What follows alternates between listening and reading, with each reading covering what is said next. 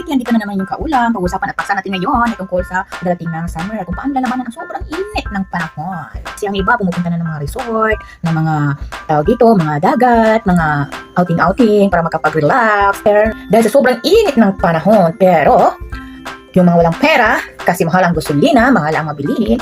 Kaya, ang gagawin po natin ay mag-DIY na lang tayo. Gagawa tayo ng paraan. Ikan tayo sa mga sapa, sa mga ilog, mag-DIY din tayo. Gagawa tayo ng paraan tulad nito, tulad ng ginawa ng isang kababayan nating vlogger.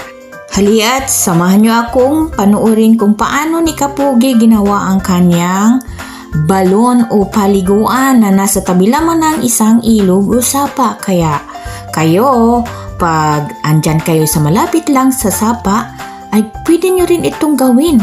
O diba, aesthetic? Sipag at tiyaga lang ang puhunan. Bonus na lang yung kapugihan.